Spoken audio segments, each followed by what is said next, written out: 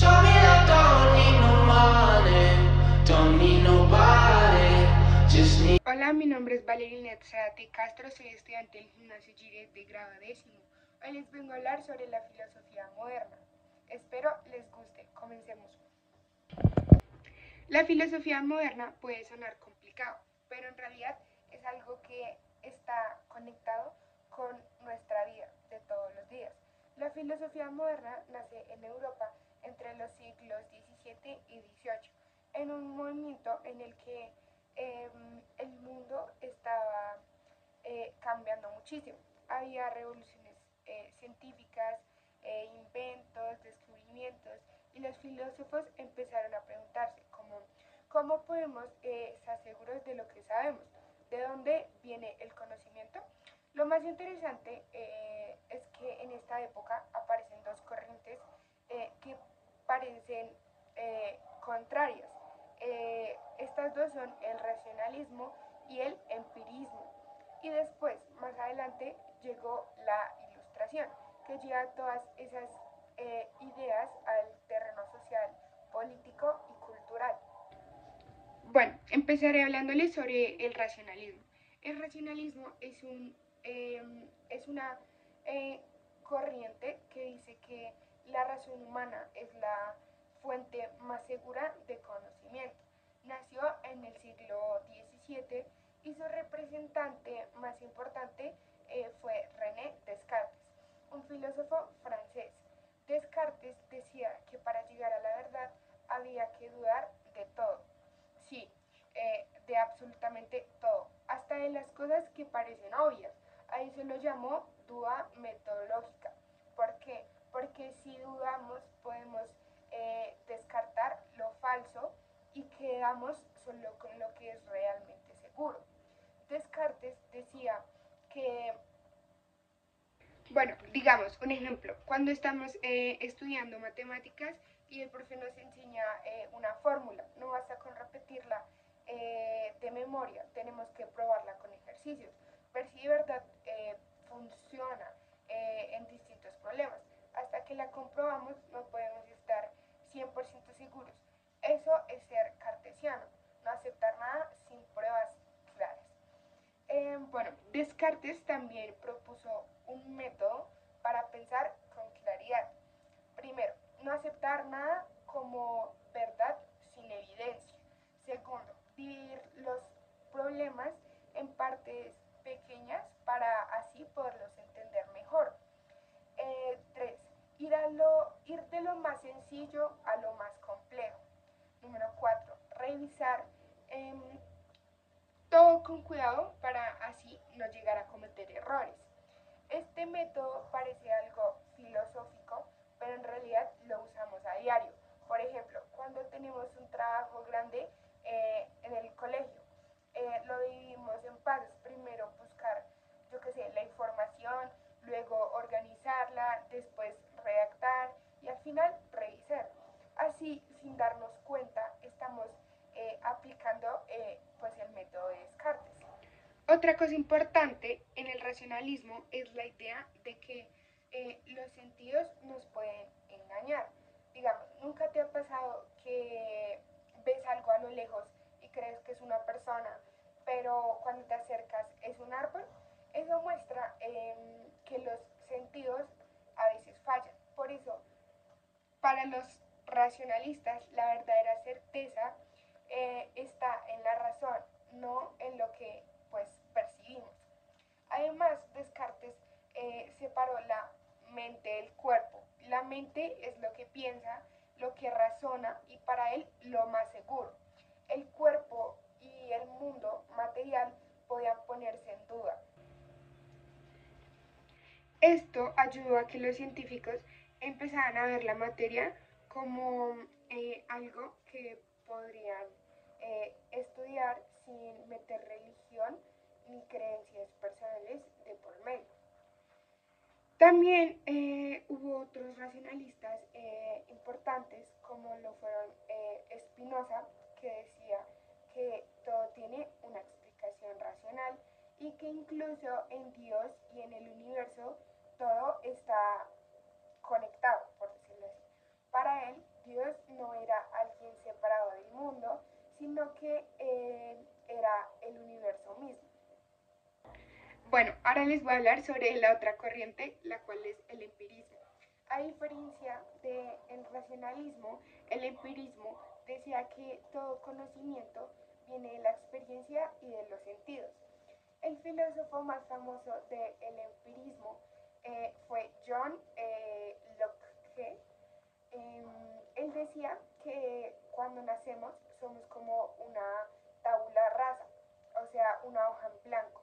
No venimos, no venimos al mundo con ideas ya hechas, sino que lo aprendemos poco a poco gracias a lo que vivimos. O sea, a medida de lo que vamos creciendo, vamos generando experiencias que nos van enseñando y nos van fortaleciendo para ser mejor y a medida que crecemos.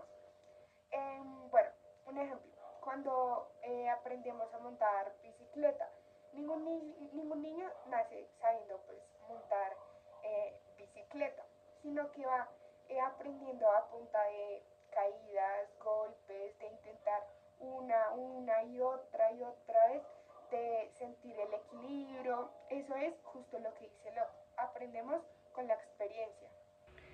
Otro filósofo empirista fue David Hume, que fue aún más radical.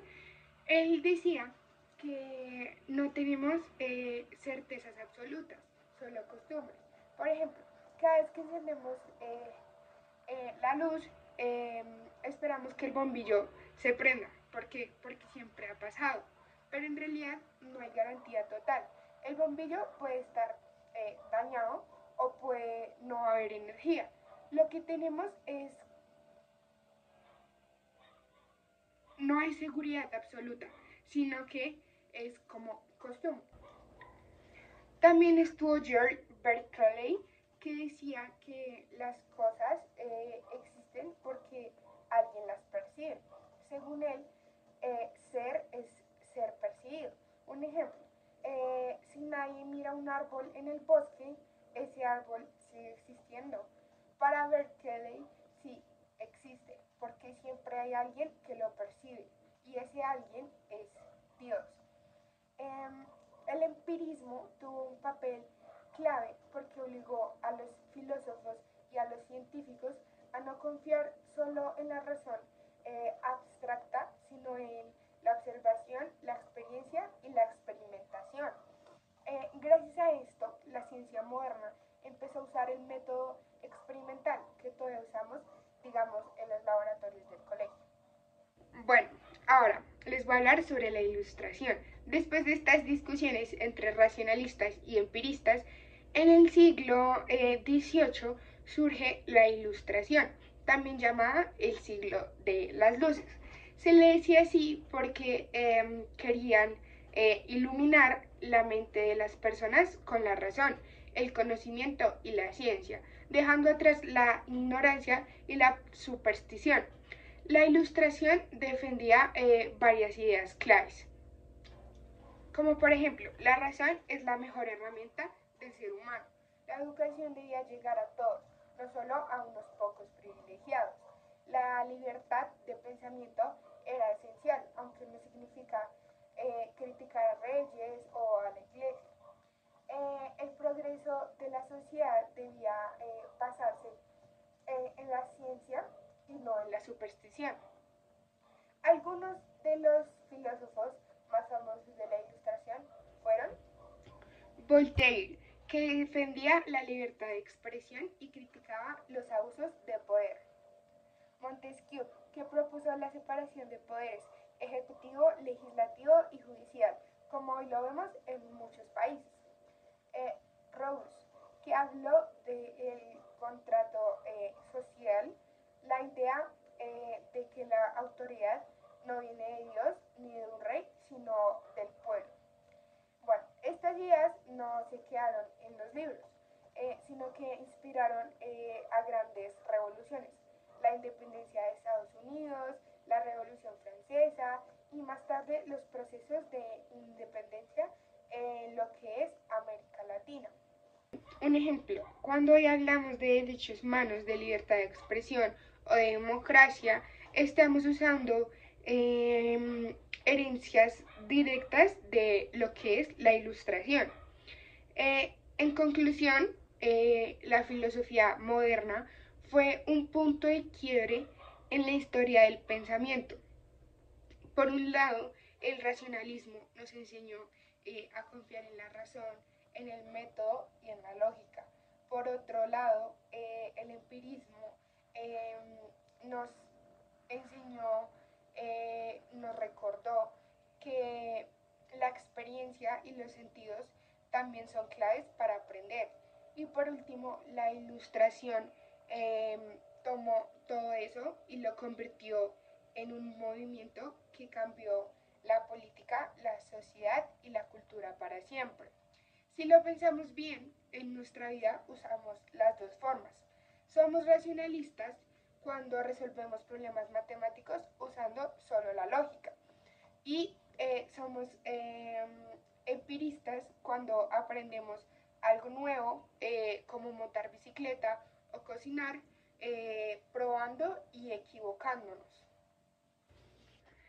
Gracias a esos debates, hoy tenemos ciencia, tenemos tecnología, democracia y derechos. Y aunque a veces no lo notemos, por decirlo así, cada vez dudamos, pensamos, comprobamos o experimentamos. Seguimos practicando esa filosofía moderna que empezó hace mucho tiempo, hace muchos siglos atrás. Así que la filosofía moderna no solo impactó años atrás, sino que ha venido impactando a medida que van transcurriendo los años y van cambiando y surgiendo nuevas generaciones. Además de lo que ya vimos, vale la pena pensar en algo. La filosofía moderna no solo transformó la ciencia y la política, sino también la manera en la que los seres humanos se ven a sí mismos. Antes del siglo XVII, mucha gente aceptaba verdades porque venían de la tradición o porque la iglesia lo decía. Después de la revolución científica y de la filosofía moderna, empezó a crecer la idea de que cada persona puede usar su razón para llegar a la verdad. Eso significa que todos tenemos la capacidad de pensar de manera crítica. Y aquí hay algo interesante. El pensamiento crítico que tanto nos recalcan en el colegio tiene su origen en esta época.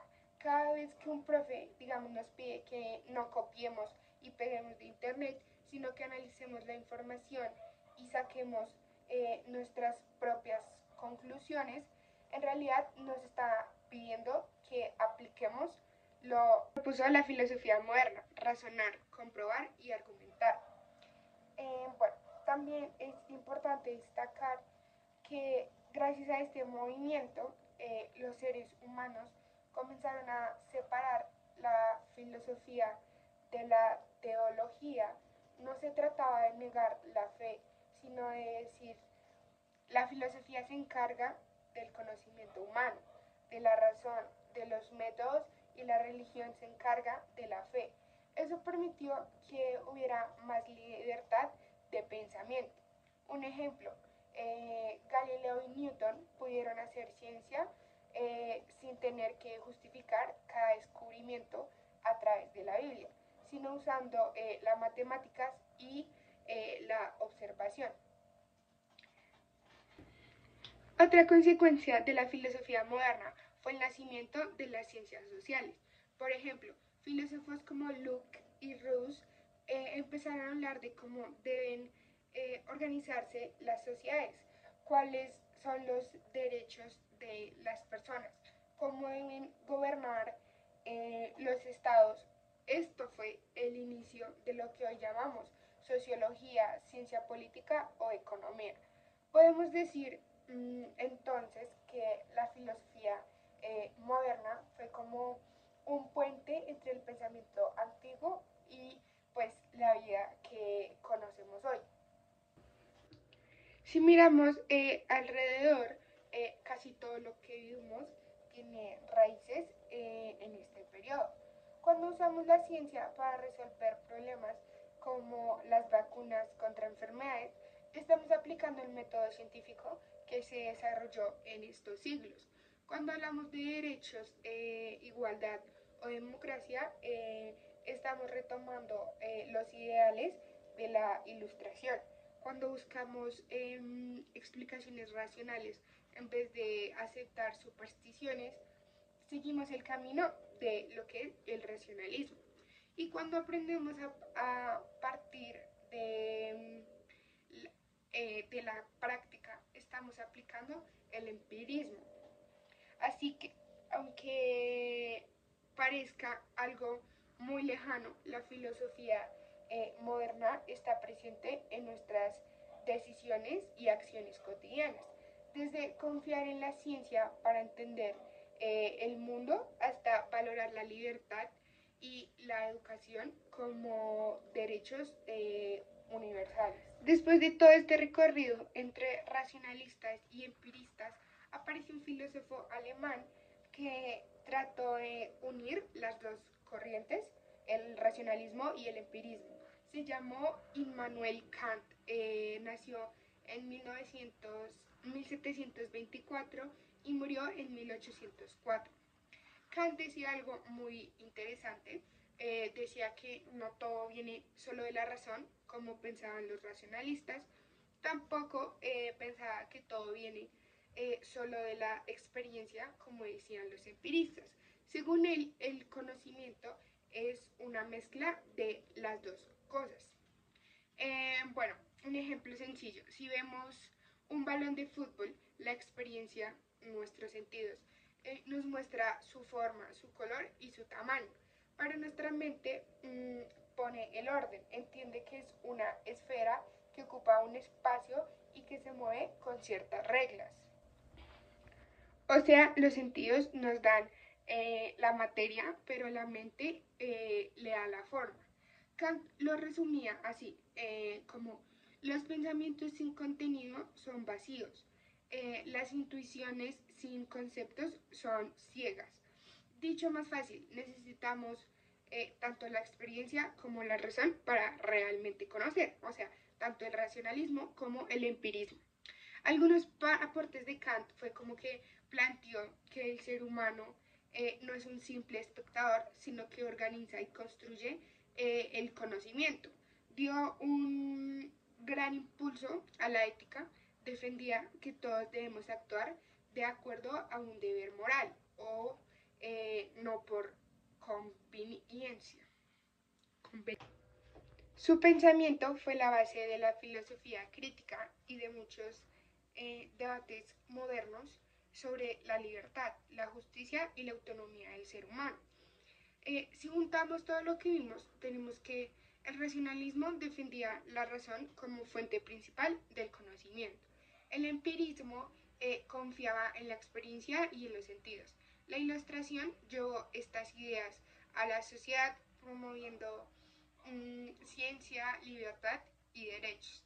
Y finalmente, Kant trató de unir razón y experiencia en una visión más completa del conocimiento humano. Gracias a todo esto, la filosofía moderna sentó las bases de la sociedad en la que vivimos. Democracias con división de poderes, ciencia guiada por método de experimentación, derechos humanos, la idea de que cada persona... Bueno, esto fue todo sobre la filosofía moderna. Espero les haya gustado y llamado la atención y me hayan podido entender un poquito. Mi nombre es Valeria Linet Zárate Castro, soy estudiante del gimnasio Giret de grado 10º. Muchas gracias.